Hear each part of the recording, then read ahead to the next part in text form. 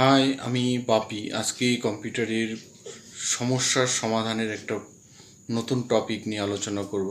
আজকের টপিকটা হচ্ছে কম্পিউটার আপনার রয়েছে বা প্রত্যেকেরই রয়েছে, অনেকেরই রয়েছে, অনেক সমস্যার সমাধান হয় এবং অনেক সমস্যা দেখা দেয়। তো আজকের সমস্যাটা হচ্ছে একটা কম্পিউটার চালাচ্ছেন, কম্পিউটারে হঠাৎ করে দেখা গেল ইউএসবি পোর্টগুলো কাজ করছে না। এবার ইউএসবি পোর্ট কাজ করছে না, কিছুদিন পরে আস্তে আস্তে দেখা গেল অন্যান্য পোর্টগুলো আর কাজ করছে না, অকেজো হয়ে গেছে।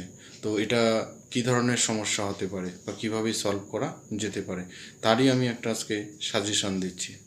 সাজেশন হলো, আপনার কম্পিউটারে প্রথমে ইউএসবি ড্রাইভার ইনস্টল করবেন।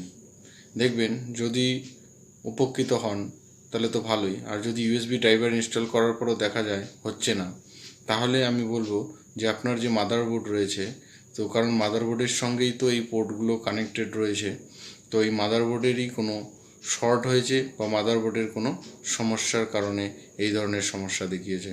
যদি মাদারবোর্ড শর্ট হয়ে থাকে, কোনো একজন মাদারবোর্ড অভিজ্ঞ রিপেয়ার করে, তাদেরকে দিয়ে যদি সারাই করে দেখা যায় হলো, বা এক্সটার্নাল পোর্ট লাগানোর জন্য যে স্লটগুলো থাকে মাদারবোর্ডে, সেটা একবার ট্রাই করে দেখতে পারেন।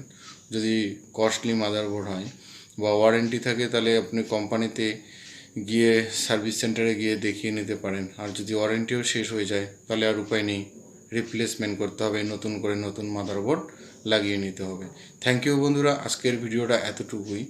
যদি ভালো লাগে অবশ্যই লাইক করবেন, আর আপনারা যদি নতুন হয়ে থাকেন অবশ্যই সাবস্ক্রাইব করবেন।